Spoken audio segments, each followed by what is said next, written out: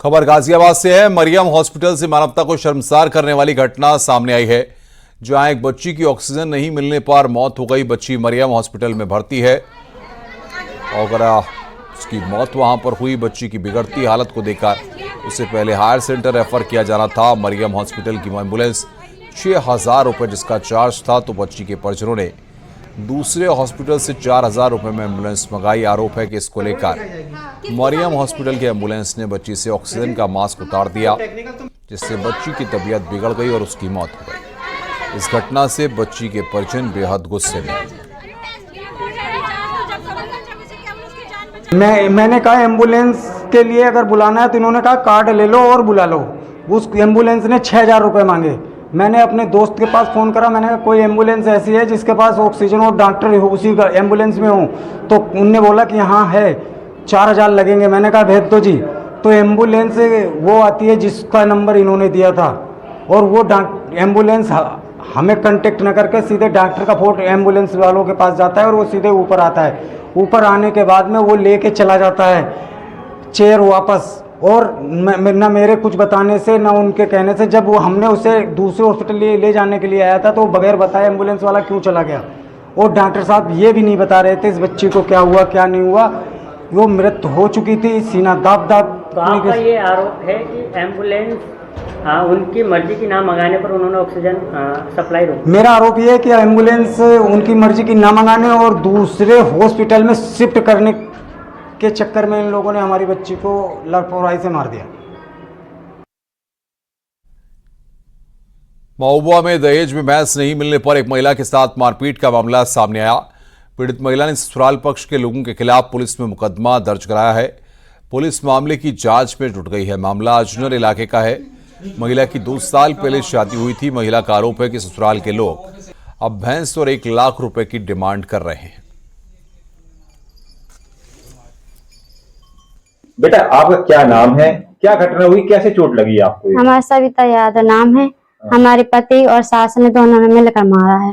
क्यों मारा बेटा? क्योंकि हम मायके वालों से वो कहते वो दहेज की मांग हमेशा रहती। क्या दिया तुम्हारे बाप लोगों ने? भैंस मांग रहे थे?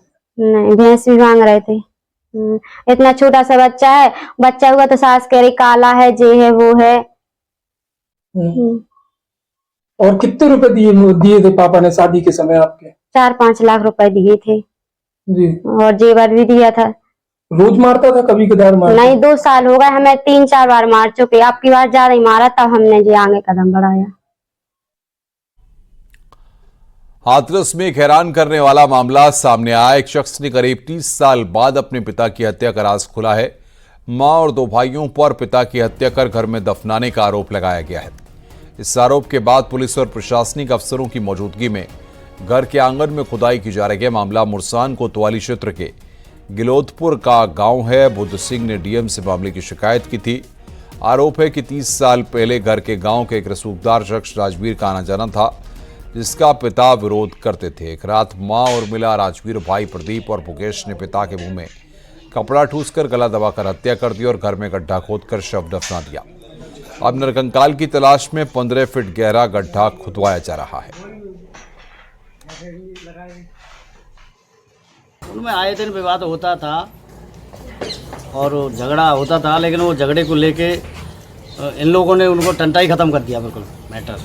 तो 32 साल बाद आप ये काम करा रहे हैं? हाँ, कुछ ऐसे ही है, समय बदल गया। मैं थोड़ा बाहर था तो उस वजह से आ नहीं पाया। नहीं, 32 साल बाद क्यों जो है आपके दिमाग में आई? उस टाइम पे मैं 6-7 साल का ही हूँगा, तो 10-12 साल 15 साल तो वैसे ही लग जाते हैं। बाकी बाद 10 साल 15 साल मैं बाहर रहा हूँ।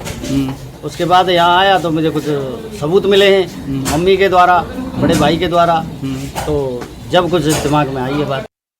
अभी खुदाई चल रही है। वो बता रहे हैं कि 13-14 फुट 5 फुट इसमें भर्त बता रहे हैं। 4 फुट पहले मिट्टी हो चुकी थी, कुछ 13-14 फुट नीचे समथिंग ये बता रहे हैं कि शरीर के जो भी अंग हैं वो दबे हुए हैं। कौन कौन अधिकारी हैं यहाँ पर इस समय? एसडीएम साहब आए थे, अभी निकल गए, और वो पटवारी हैं और यहाँ दरोगा जी हैं, हमारे हल्का इंचार्ज हैं। प्रधानमंत्री मोदी की पहल एक पेड़ मां के नाम में उत्तर प्रदेश सभी राज्यों से आगे रहा। उत्तर प्रदेश में करीब 27 करोड़ पेड़ लगाए गए हैं। केंद्रीय वन मंत्री भूपेंद्र यादव ने ट्वीट कर इसकी जानकारी दी।